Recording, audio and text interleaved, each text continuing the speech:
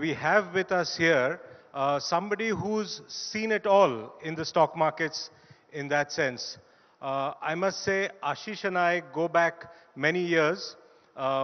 In the mid-90s, when I first met him, Ashish was one of the brightest sparks in the newly set up NSE team under Dr. R.H. Patil. He's still a very bright young person. Only difference is today he is the MD and CEO of the world's third largest stock exchange, the National Stock Exchange. In the interim, Ashish has done a lot of things. He's also been the MD and CEO of the Bombay Stock Exchange. And he's also been the CEO of Mumbai Indians before that. And now, of course, he's heading NSE. So Ashish, to start off, I'd like to ask you, over your journey as having covered the stock markets, having watched the stock markets as an administrator mostly, what do you think are the 4 or 5 key, milestones in the Indian markets which have really stayed with you? Which are the defining moments of the Indian markets in that sense? Thanks, Saurav. There have been many moments, but one of the more sort of revealing situations was when I think in July 95, I went to Coimbatore to inaugurate the first NSE terminal outside of Mumbai. And that was like 6 months after we launched NSE in 1994. And I placed the order, and within a second, the confirmation came saying that the trade happened. And there was like a 75-year-old person who was the father of the owner of the brokerage house. And he could not believe it, that he could get the prices at which the people who were sitting in Mumbai could trade. And that was a kind of a beginning of revolution in my mind. I mean, I had set up the technology. It was all Mumbai in some ways. Mumbai was the capital. And suddenly it democratized in one single swoop, just brought the entire country on a single floor. And that was a very large sort of revelation. The other part was that we used to have share certificates. I don't know how many of you have seen share certificates or watched that Sony live sort of serial where Arshad Mehta used to trade in shares, which people do today also. But those days, if you had to convert the shares in your name, you used to get like physical shares. And those shares used to be sent to the registrar for transfer once in a year before the dividends came. And many people started actually printing those certificates at their home. So if you had, it is like a currency note, right? You have 1 crore currency note, suddenly 10% comes in and things go wrong, right? So that's how people started, and Saurav might remember some of his stories on those fake shares and stuff like that. And so we had to set up a depository system. And that is where all the shares today are, which you usually trade, are sitting in like a bank in some account, and you are able to move them effortlessly without sending it to somebody or even worrying about whether the signature will be wrong or the share certificates will be fake and all. And so that was another big moment or moment in India's capital markets life. And then we used to get every day a newer rumor saying this broker has defaulted, that broker has defaulted, and that actually happened. If some of you are old enough and connected to markets, you might remember MS Shoes. The MS Shoes episode was a last such episode in India's markets. I think it happened in 1995. NSE had just started. It happened on BSE, but the brokers used to take, or their customers used to take large positions and could not settle when the time came to settlement, because the trade used to happen for 15 days and then settlements would happen anytime after 30, 40 days of that. And in the meantime, the risk would go up. So after the MS Shoes, we said, how do we stop this from happening? Because every few months, if somebody has to go down and the entire market closes and people have to take losses, then there is no comfort for the people who are investing money. It was more a trader's activity, and somebody losing, actually the entire market loses. So that's where we set up clearing corporations which provide guarantees for settlements. These are things which happen in the background. None of you are aware of why these things happen and what are the philosophies behind it. But in a way, you end up using them. So today, I mean, those days, the best days. So these are the like three momentous occasions. The fourth was, of course, starting of derivatives. That around year 2000, because we wanted to separate the trading in stocks, the spot market from the speculation. So that's where the derivatives were introduced. And so these are like four seminal moments in India's capital markets history. And in terms of technology history, just setting up the satellite telecom network, because India, if you recall in 93, 94, if you had to get a telephone line at home, it would take 5 years. And to keep it running, you had to pay every month to the linesman, right? And so from there, the entire country got on the same platform using satellite. I mean, we used to send satellites upstairs to the sky, but we never used anything out of that. We were just, everyone was doing, we were also doing. And suddenly we started using that first time. And that was like a huge technology moment. After that, computers actually came in life of people. In Coimbatore, in Dibrugarh, in Jorhat, people placed orders on computers and it gave them response, and there were actually trades happening on which money has to be transferred. After that, India's technological prowess got established. That was the first and single largest public digital infrastructure project of India. That was NSE. And then all the IT companies of India came up, Y2K came, and of course the automation of banks came. But they also did their ATMs or their automation of branches on the same VSAT network to begin with. And that's where India's automation, India's IT prowess, India's public digital infrastructure, what you know now, and all those tech billionaires we all worship, actually, in some ways, this was the mother of the technological revolution in addition to the financial markets revolution. My first projection of NSE, because I was a project finance officer in IDBI, which was told to set up. If I had done 10,000 trades a day, 10,000 trades a day, after 3 years of starting the NSE, I would have been immensely successful.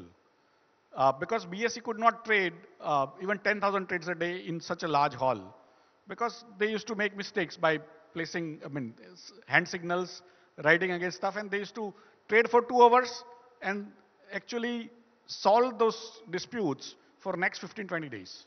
And that was the case. And today, just now, market ended at 3:30. We did 13 crore trades. Close to 1,000 crore orders. There is no similar market in the world. I mean, he said we are the third largest, that is equities. But overall, in terms of number of trades, NSE is the largest exchange in the world in terms of number of trades every single day, right? And look at it, in 94, it was even more unusual. When people had not even seen computers in India, this happened. And today also it's unusual that India, being per capita GDP income so low, is able to have such a vibrant market where people are trusting other people to run the businesses in which they become small shareholders. It is a leap of faith that has come when NSE started. The total market capitalization of India was around less than 4 lakh crore. Today, it is 3.2 crore, 80 times. In less than 30 years, 29 years.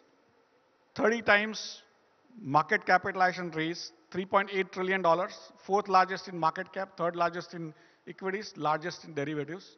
There is no similar market in the world. There is no similar country in the world where poor people trust other poor people to run businesses for their profits. It's a phenomenal journey. And whatever you saw before or whatever you will see after would not be possible if you don't have money, right? So even Kautilya, Chanakya wrote 2000 years back that Dharmasya moolam artha means even if you have to do religion, you require money. And so today, if you basically get excited by everything else and not about money, probably you are missing the point.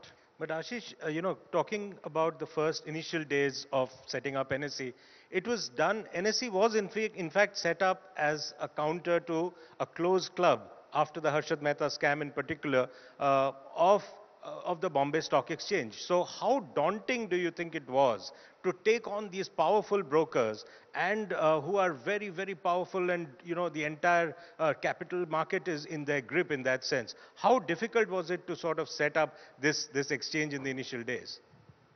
No, there are, I think, two aspects to this. One is the societal aspect. When do the reforms happen? When great crises happen. When great crises happen in any society, the time to reform comes. Sometimes the society takes that opportunity to change itself, and sometimes they don't.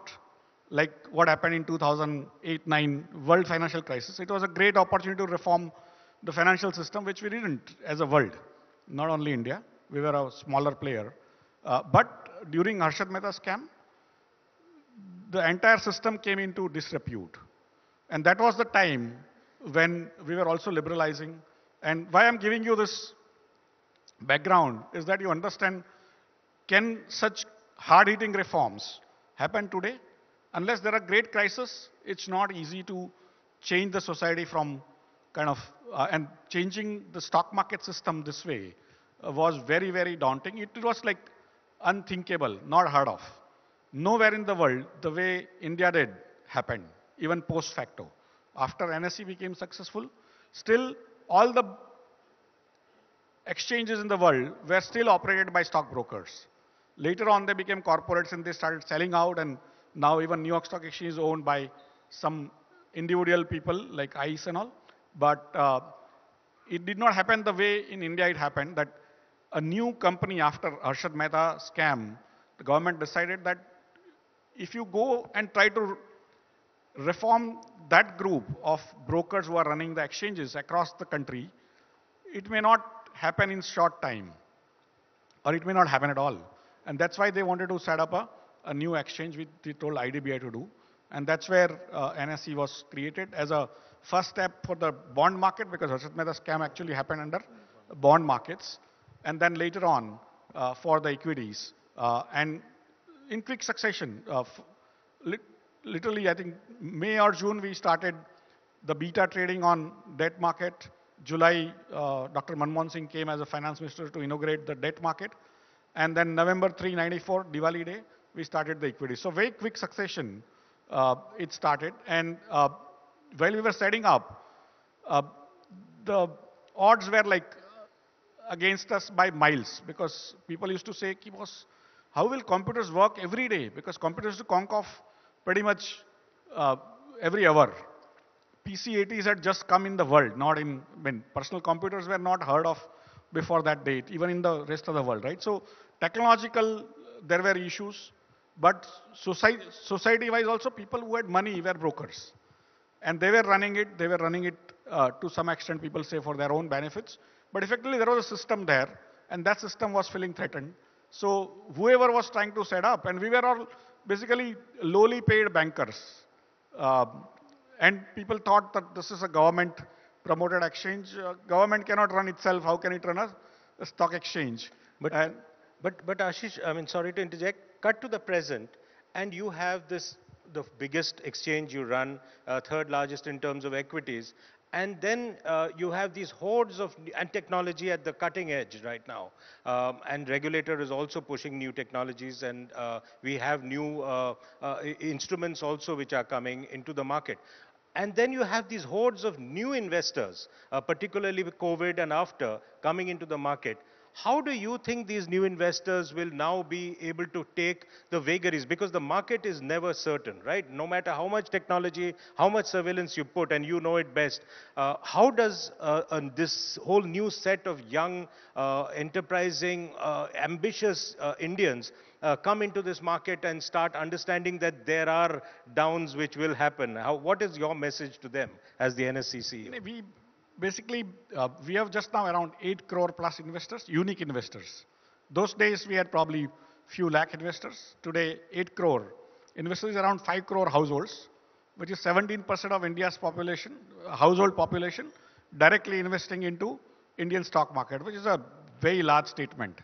And it has gone up literally 3 times between 2019 or 2020 early and 2023. Literally 3 times in 3 years. No such sort of move happened except in Jan Dhan Aadhaar Mobile, where government forced a large number of accounts to happen. Here, it happened pretty much voluntarily. A lot of people came in, and as you said, there are people wanting to make quick buck because that is the exciting part of markets. That is the, in some ways, hidden situation where people think they will be able to make money, although other people may lose money. So what we try to tell them all is that if you have to trade, then you have to be an expert. What is trading, right? What is investment? Investment is that if you buy a share after study, whether the company or the industry or the economy or the world economy, and buy a share for a company, then stay there for 3, 4, 5 years. Of course, you keep on watching, come out in case it's not working out. But if you have to buy in the morning and sell in the evening and you call yourself investor, then I think you understood the dictionary wrong, right? It's a trading, it's speculation. So we try to tell the people that buying in the morning or selling in the afternoon is for the experts who provide you this kind of liquidity, but you should not be doing that. Similarly, many young investors want to, or young traders want to go into derivatives because that give you much more leverage and they move fast, right? In fact, that's something I wanted to ask you about. A recent SEBI study has also found that 9 out of 10 people actually lose money in F&O. And here we are talking about extending trading hours also for F&O. So how does that sort of work out? No, it's again, both are, in a way, you may think it is connected, but basically retail investors should not be participating in derivatives. Now, having said that, the longer hours are for the sake that in case the news happens, because today we trade only 6 hours. The rest of the world started automating after us, but they all run 24 hours. Why? Is because news doesn't happen during the market time only. Some news, some war coming out or some earthquake happening doesn't have to happen between 9:15 and 3:30. It can happen at 8 in the evening or it can happen in 7 in the evening. So when people want to work on a news, they have no choice. Foreigners have a choice because Indian products are traded abroad also. So that's where they are able to hedge their products. But we are trying to tell, or some of us are trying to tell that because I want to be in front of the screen every time the market opens or market stays open,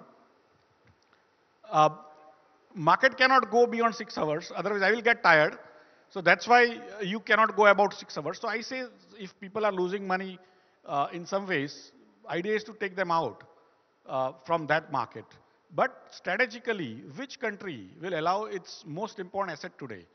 $3.8 trillion is 1 out of every 3 rupees Indians consider as wealth. 1/3 of India's wealth is now represented. And if 18 out of 24 hours, the pricing of that asset is done under some other regulator, we are having a strategic problem, boss. Right? And that's where, as long as possible, if you have ability for the professional traders or professional hedgers to actually use that information coming in to take positions, that allows the regulators to control the markets better. And people don't have to be there on the screen every moment because they are not supposed to trade so long for nothing, right? Talking of news-driven developments and the markets, Ashish, you know, we've recently seen earlier this year and afterwards as well, these huge fluctuations in the Adani pack, for instance, based on some news-driven developments. Now, despite all the technology, despite all the warnings the exchanges introduces, margins and all of that, how do you think this will affect particularly the younger lot which is coming? What is the kind of way out of this to prevent them from these huge swings in the market? So in a way, the volatility is going to increase across the world because the news flow is happening faster. The actions are happening faster because the technological changes are happening faster. So companies which were very small earlier are becoming large faster. earlier, a company would take, say, 20 years to reach a large scale. But IT companies reach those scales in probably 10, 15 years. And some other companies are now becoming very large in 2 to 3 years, right? So that's where the news flow is going to be also faster. Volatility is going to be here to stay. And India is connected to the world in a much larger way today. If you take India's exports plus imports, which is what tells you the total trade, is now almost more than one third of our total GDP, right? Almost, right? And that is like large connect to the world. So whatever happens in rest of the world will continue to happen here. And so we may think that how much do we trade? We trade a lot now. Although we import, but we export a lot of services, right? So effectively, everything is connected and those things will continue. The volatility will be higher. And that's does that mean a greater challenge for regulators and exchange authorities like yours, clearly, right? No, it is. And that's where basically what we try to do is first to save the system by having settlement guarantee fund in the middle so that no such defaults, like I told about MS shoes, happens. And then for individuals, we try to create regulations and other things saying that who can invest in such products or who cannot invest in such products. And of course, we try to also do a lot of investor awareness seminars. Between the two exchanges, we do more than 20,000 investor awareness seminars, and probably it'll increase. But the kind of numbers we deal with is even larger, and so every time you fall short. But using this kind of platforms, we also try to tell all the investors that try to stay longer, try to diversify. If you don't have time to study all these things continuously, go through mutual funds, go through ETFs, so that you get to participate in India's growth. Because if India grows, the companies will make profits which are more. Your share prices will overall increase. Sometimes they go down, but largely over next 40, 50 years, if you think India is going to grow well, then stock markets will give you better returns. And if you don't want to study or don't have time, please go through mutual funds, go through ETFs, go through even portfolio managers or some financial advisors, so that you get the right advice. But please don't trade in derivatives if you are not expert. We've run out of the time, Ashish. I wanted to ask you two quick questions before we wind up. One is, there's this constant talk about when NSE itself will list, because you've done this in BSE. BSE is now a listed entity. When would you repeat this feat in NSE, and what's sort of holding you back? In a way, first to list, you need to have an approval from the regulator. In this case, when any company goes for listing, they have to go through a large main board. They have to go through with their prospectus to the regulator, and that's how it happens. In this case, the NSE's regulator or day-to-day regulator is also the same regulator. And so they have to take a call when they think we have improved enough in our corporate governance so that they are comfortable allowing general public to invest into our shares. And so as and when they approve, after that it's all procedural. Isn't that a dichotomy? I mean, you are in charge of surveillance of the entire market, and yet you have to convince the regulator that you are still not a stock worth investing from the investor side. No, in a way, because we are highly regulated, the regulator also, in a way, it's their reputation online, right? So unlike a steel company or a port company or a cement company, here we are a highly licensed activity, right? You don't get a license to run an exchange easily, right? It's a extremely difficult license to get. And today, largely in functional exchanges, there are two stock exchanges, two commodities exchanges. There's one stock exchange which is not that functioning. So effectively, it's not easy to get, and it's a frontline regulator. But is there a possibility of one nation, one exchange, NSE, for instance? In a way, if you look at the rest of the world, there are countries like Japan or Australia, which are reasonably large enough, have slowly merged their exchange into one. And there are countries like US, which allow 50 plus trading venues, right? So the argument is on both sides. And for me, it's the same question was on how many airlines a country should have, or how many soap manufacturers you should have. And answer could be that it is only one soap. Ultimately, they are all different colors, right? What is the point? And similarly, airlines is an airline, right? But still, more competition helps you, gives you some diversity. And that's how the US works on. Other side, people want to have conformity and only one kind of entity to regulate. So that's where most regulators prefer a single exchange. And so it depends on which way the country wants to go. We are just employees. We'll continue to do our job. So that's the well, but as the former CEO of Mumbai Indians, do you have any, what are your thoughts on the World Cup which just began today?